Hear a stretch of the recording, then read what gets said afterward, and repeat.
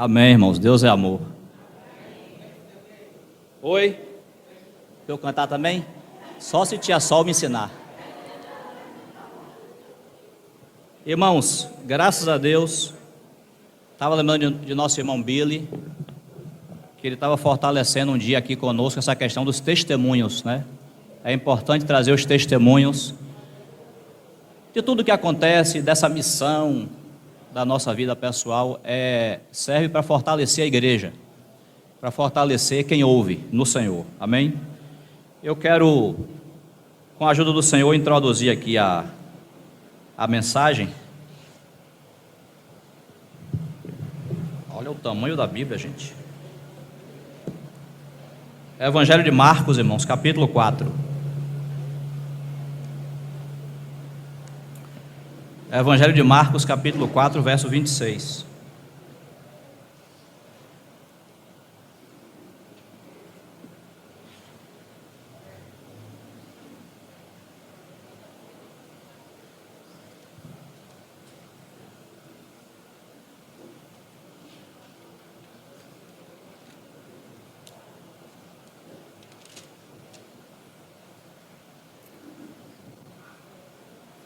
E antes eu queria só ter mais uma breve palavra de oração para colocar a palavra diante do Senhor, amém?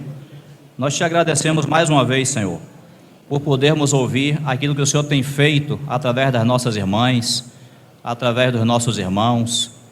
Tudo é bondade do Senhor. Nós só te agradecemos e pedimos que o teu nome continue sendo louvado em todos esses movimentos, em nome de Jesus.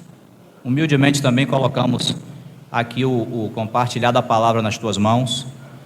Em fraqueza, colocamos nossos 5 pães e 2 peixinhos, nossos corações, nossas mentes diante do Senhor. Que o Senhor mesmo, segundo a tua vontade, possa nos falar, possa nos edificar, em nome de Jesus. E desde já pedimos que venha cingir nossas mentes também. Continuamos na tua presença, continuamos dependendo do Senhor.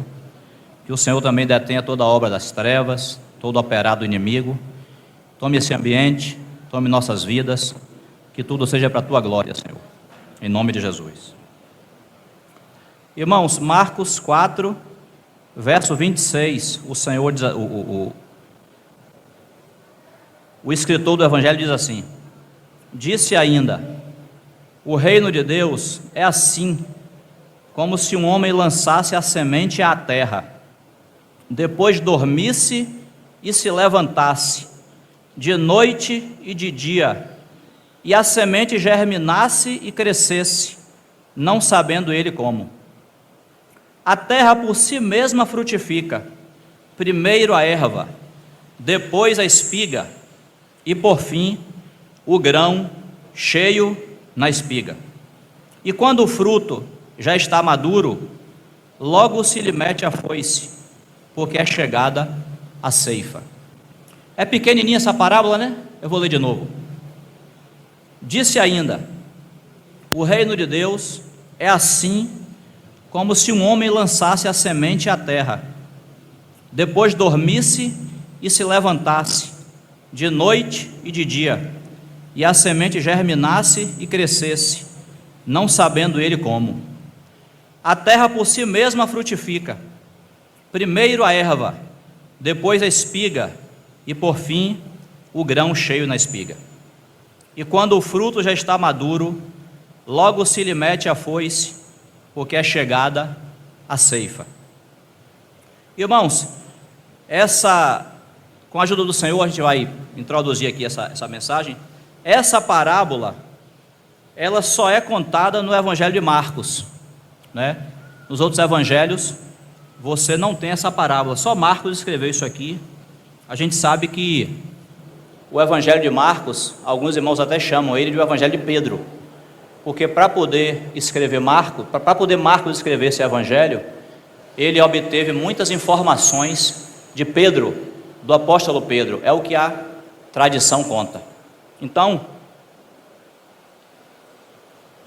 só ele registrou isso aqui. Nesse mesmo capítulo, não vou ler por causa do tempo, mas está aí. Nesse mesmo capítulo nós temos uma parábola que é mais famosa, que é a do semeador. Essa sim é contada por Mateus, é contada por Marcos, é contada por Lucas. A parábola do semeador é mais famosa, né? Você lembra, o semeador saiu a semear, não é assim? Aí diz que uma parte das sementes cai à beira do caminho, aí as aves vêm e comem aquela semente, portanto a semente não penetra no solo, não há frutificação. Tem outra parte que cai entre os espinhos, as espinhos quando crescem sufocam a semente também não consegue dar resultado. A outra em solo rochoso, que chega a nascer, mas o solo é pequeno, não tem raiz suficiente para poder sustentar a planta, e aí aquela planta também não vinga. Outra, enfim, cai na boa terra, no terreno adequado, penetra na terra, e ali acontece esse processo aqui, que nós lemos nessa outra parábola, de germinação. A semente vinga, a semente frutifica, dá origem a uma planta de fato. E a parábola do semeador, ela mostra o que acontece do ponto de vista do Senhor, do semeador. Ele está contando, ele semeia a palavra, ele semeia as vidas, depois eu vou entrar nisso, e ele sabe exatamente quais as circunstâncias que favoreceram ou não a frutificação dessa semente. Mas essa parábola que nós lemos aqui, ela conta o processo de frutificação do nosso ponto de vista.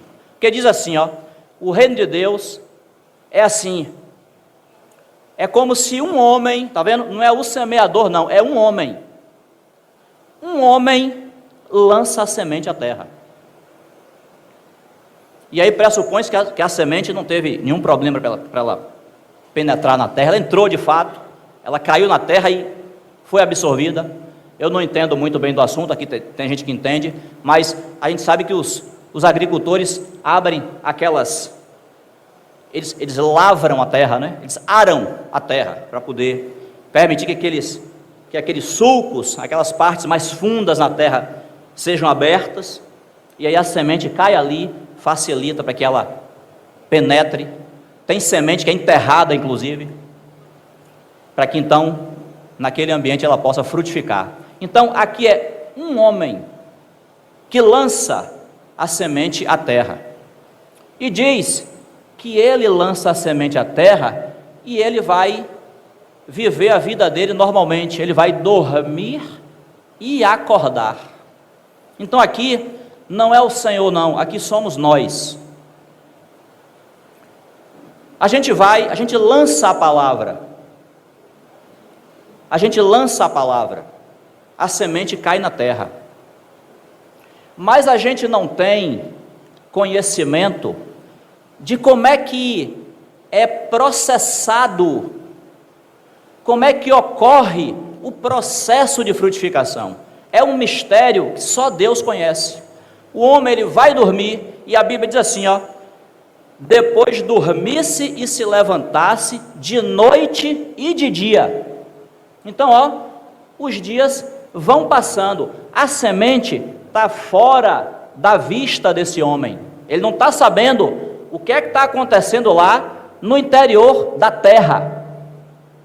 A semente caiu e ele está dormindo, acordando, noite e dia, ou seja, ele está vivendo a vida dele cotidiana. Ele não conhece o processo, ele não tem controle sobre o processo. Essa é a vida cristã. Essa é a vida cristã. A semente, irmãos, é importante falar sobre isso, para poder a gente introduzir essa parábola, esse assunto da parábola. A semente, nas parábolas que o Senhor conta, a semente, existem duas palavras no grego. A Bíblia foi escrita pelo Espírito Santo, sim ou não? Se você é crente, se você recebeu o Senhor, você tem que ter essa convicção. Aqueles que manusearam a pena foram instrumentos. os profetas do Antigo Testamento, Moisés, os irmãos do Novo Testamento, foram instrumentos, mas a Bíblia foi escrita pelo Espírito Santo. Então, nós aprendemos que o Espírito Santo calculou direitinho qual palavra usar em cada texto. E nesse caso aqui, nós estamos estudando sobre a semente, a parábola, essa parábola aqui que trata de semente. Existem duas palavras no grego, o Novo Testamento foi escrito em grego, e o Antigo Testamento em hebraico, não é assim? No grego, irmãos, existem duas palavras para semente. Uma é esperma, se referindo à semente humana, e a outra é esporos, que se refere à semente vegetal. Aqui, nessa parábola, quando fala de semente, está se falando de esporos, é a semente vegetal, beleza? É uma planta. Mas é importante você saber disso, e eu, porque na parábola do semeador, em Mateus 13, não é esporos que o Senhor vai usar, ele vai usar esperma. Aquela semente ali é esperma. O que significa, Luciano, é que, por um lado, quando você estiver lendo a Bíblia, nesses trechos da semente, tenha isso em mente. Por um lado, você, indivíduo, nós ouvimos a palavra, essa palavra entrou em nós um dia, a palavra do Evangelho, e ela frutificou e nós estamos aqui, sim? Tá. Mas por outro lado, você é a semente. Você é a semente. Porque lá em Mateus, você pode ler depois, quando o Senhor vai explicar o que aconteceu com cada semente, ele diz assim, ó, o que foi semeado à beira do caminho. Ele não diz assim, a que foi semeado, ele é o que foi semeado, porque ele estava de esperma. Ou seja, você recebeu a semente, você um dia recebeu a palavra de Deus, do Evangelho, se converteu, e agora Deus está trabalhando, porque você vai se tornar também essa semente. Essa palavra que você recebeu, que eu recebi, vai trabalhar em você de tal forma, que você vai virar ela. Então, não somente a palavra é semeada, como você e eu fomos semeados. Então, irmãos, para poder introduzir aqui esse assunto da parábola, tenha em mente uma coisa, que o que acontecer com essa semente, é o que vai acontecer com você. Se essa semente frutificar na tua vida, você frutificou. Se essa semente fracassar na tua vida, você fracassou. Você e essa semente são uma coisa só agora. E Paulo vai dizer, depois eu quero que algum irmão, dever de classe, eu vou dizer o versículo, você vai me dizer onde é que está a referência. Paulo, lá em Coríntios, fala assim, aquele que se une ao Senhor é um espírito com Ele. Depois me diga qual é a referência para eu poder repetir aqui e ficar gravado. Procurei para você ver.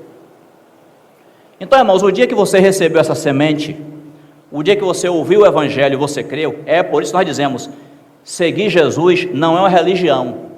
Fulano é espírita, cicrano é candomblessista, fulano é, diga outro aí, budista, e eu sou cristão. Não. Diga, minha irmã.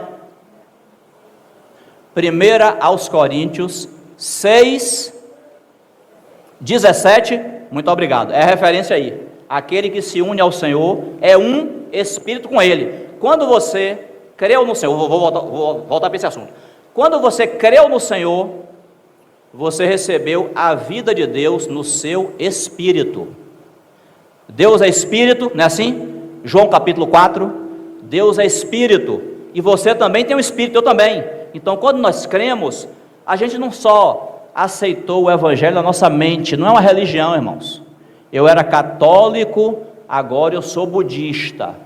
Eu era candomblessista, agora eu sou cristão, como se fosse uma miscelânea de religiões. Não, quando você nasce de novo, Jesus não veio trazer para a terra uma religião, não. Jesus veio trazer para a terra a mensagem do Evangelho, as boas novas de salvação. É isso, nós não seguimos religião, não. Se alguém aqui ainda não tomou essa decisão de receber a Cristo Jesus como Senhor e Salvador de sua vida, aproveite hoje, faça isso hoje. E você não está mudando de religião, não. Você está recebendo a palavra do Evangelho, as boas novas de salvação no seu coração. Está vendo? Então, irmãos, quando você ouviu a palavra, eu ouvi essa palavra há quase 40 anos, e você, aqui tem mais novos, tem mais velhos, quando a palavra penetrou em seu coração, graças a Deus, pela iluminação do Espírito Santo, nós ouvimos o Evangelho, e alguém perguntou assim: você também quer receber a Jesus Cristo como Senhor e Salvador de sua vida? Aí você falou assim: eu quero, aleluia, glória a Deus. No dia que eu me converti, eu não me lembro nem da palavra que foi pregada, porque eu já tinha sido evangelizado antes, e quando eu fui para a reunião, eu já estava convencido pelo Espírito Santo. Então eu só sabia de uma coisa, que quando chegasse o final da pregação, o irmão ia perguntar assim: quem quer aceitar Jesus como Senhor e Salvador? Eu sabia que era meu momento ali, de levantar minha mão, e foi o que eu fiz. Não entendia nada, nem precisava. Não precisava entender tudo, só precisava entender que eu era um pecador e eu precisava de um Salvador. Essa é a mensagem do Evangelho. Eu estava condenado, mas agora pela cruz eu fui reconciliado. Está vendo? Ninguém falou em religião aqui, falou? Não. Então, irmãos, você ouviu essa palavra entrou, você recebeu, por isso que não é religião. Quando você se converte ao Senhor, se volta para o Senhor, você recebe Deus, que é Espírito, no seu espírito. Aí, você já viu como o irmão falou? Você tem aqui, não estou fazendo propaganda não, viu? Você tem aqui, nem tem aqui hoje, você tem aqui um copo de água mineral Indaiá, e você tem aqui outro copo de água mineral, diga outra marca aí. Não escutei. Dias d'Ávila. Aí você tem os dois copos de água mineral, só que de marcas diferentes. Você mistura os dois copos. E agora, qual é a Indaiá e qual é a Dias d'Ávila? Não sabe, né? Foi o que aconteceu no seu espírito. Aquele que se une ao Senhor é um espírito com Ele. Por isso que a Bíblia às vezes fala: Cristo em nós e também nós em Cristo. Estamos misturados com o Senhor. Ele fez essa mistura. Não é religião. O Senhor nos regenerou no nosso espírito. Essa semente penetrou e nós estamos aqui. Aleluia. Esse é o Evangelho, irmãos. Isso não pode ser confundido com uma religião. Essa ou aquela. Não, é a palavra do aqui. E por isso que Jesus falou assim, ó, que esse Evangelho tem que ser pregado a toda a criatura. Ah, não, mas eu já tenho a minha religião. Não importa. Se você já tiver a sua religião, mas se você não tiver recebido a Cristo Jesus como Senhor e Salvador de sua vida, você não está em paz com Deus.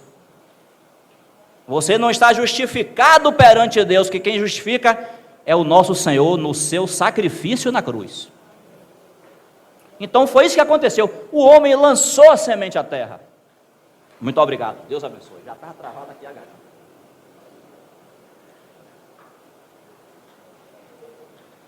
O homem lançou a semente à terra. Depois ele vai dormir, vai acordar, vai se passar os dias. Ele não sabe o que está acontecendo lá dentro. Deus não deu para a gente o poder de conhecer, de determinar o processo. Eu e você, quando nos convertemos, a gente só sabe uma coisa, que a nossa vida cristã tem que ser da semente ao grão. Não é isso que está escrito aí? Você leu aí comigo. a terra por si só frutifica. Primeiro a erva, depois a espiga e depois o grão cheio na espiga. A frutificação, o crente, a vida do crente tem que ser essa daí. Está vendo? Mas você não sabe como acontece. Sabe? Não. Deus não deu para a gente o poder de determinar ou de conhecer o processo. O processo está na mão dele.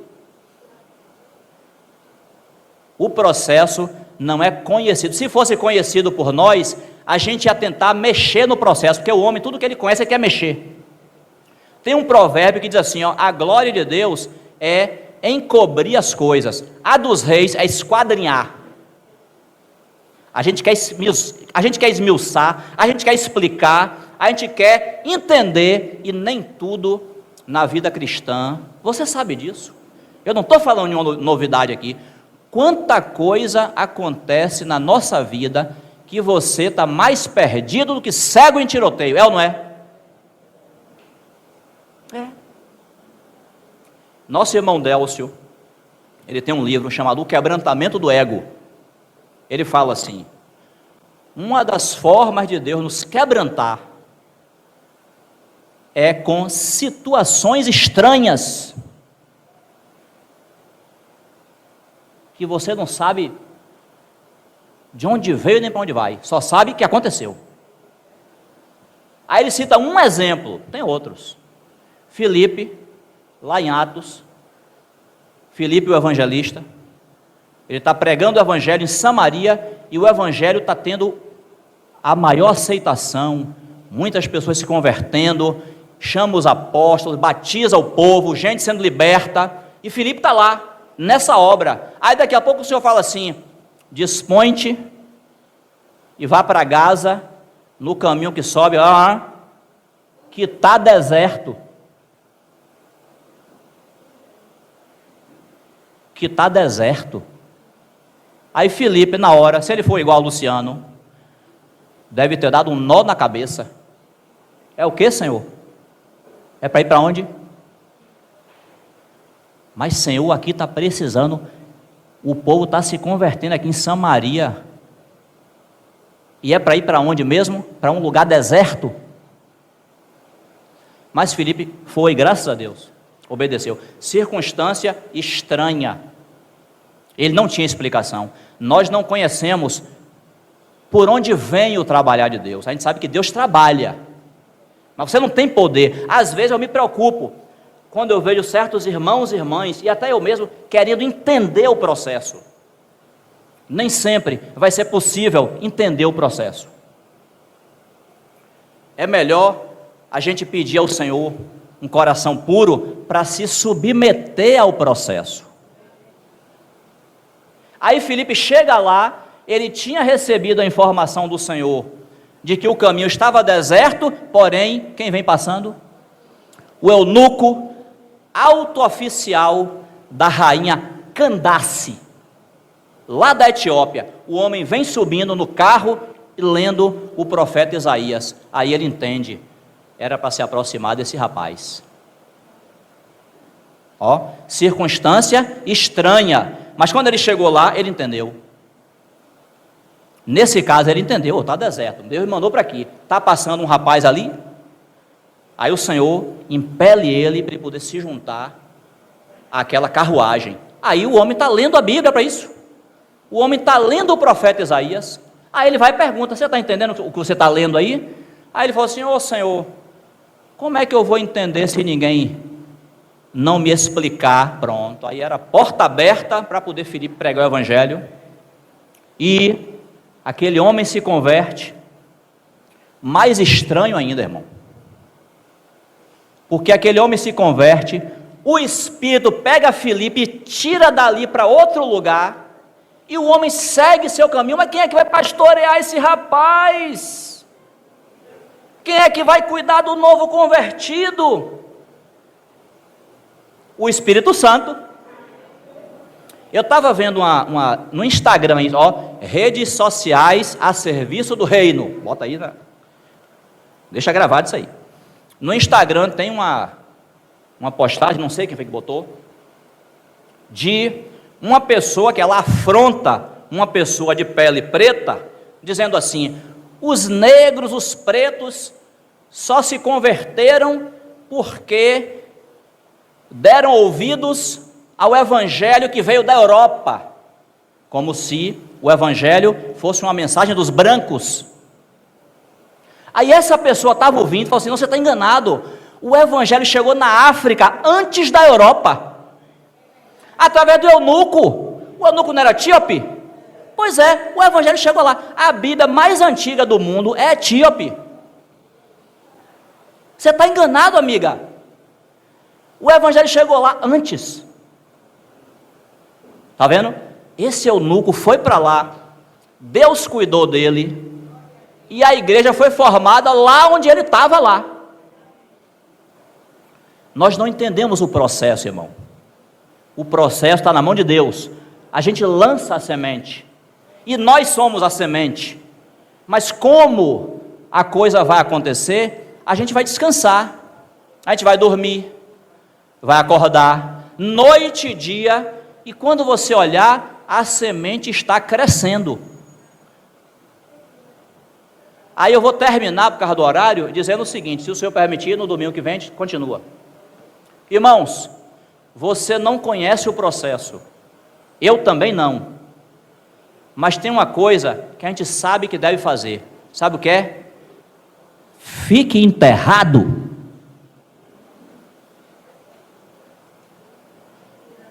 Fique na terra.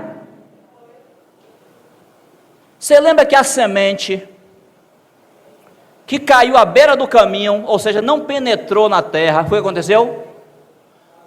As aves do céu comeram aquela semente.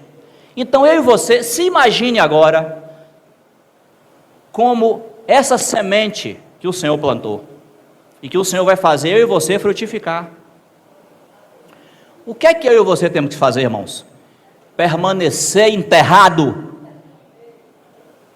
Sabe por quê? Isso é assunto para outra reunião. Porque o Senhor está dizendo que a terra, não é assim?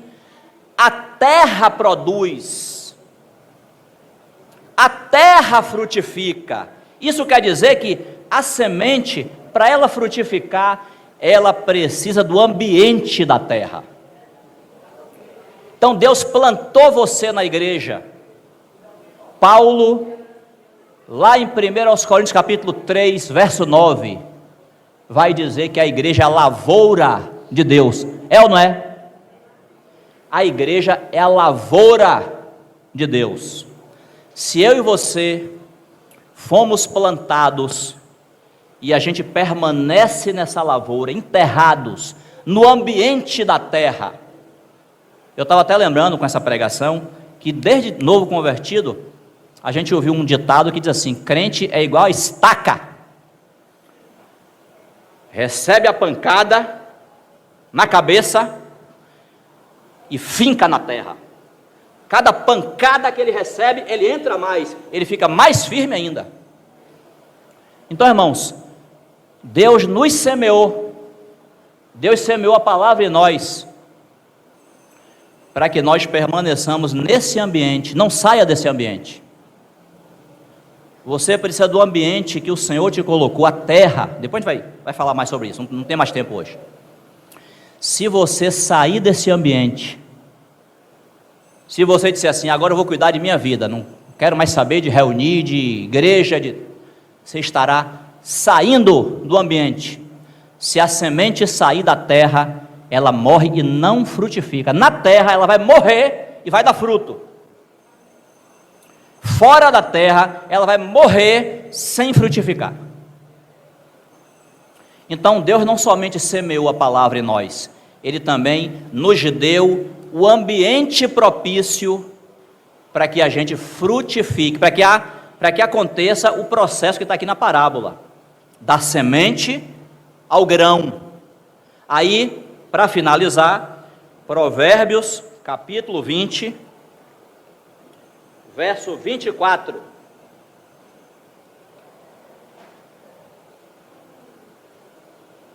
Você pegou aí? Eu vou ter que ler rápido por causa do horário. Você pegou aí? Provérbios 20, verso 24.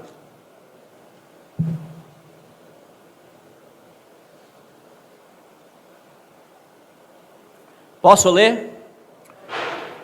Os passos do homem são dirigidos pelo Senhor.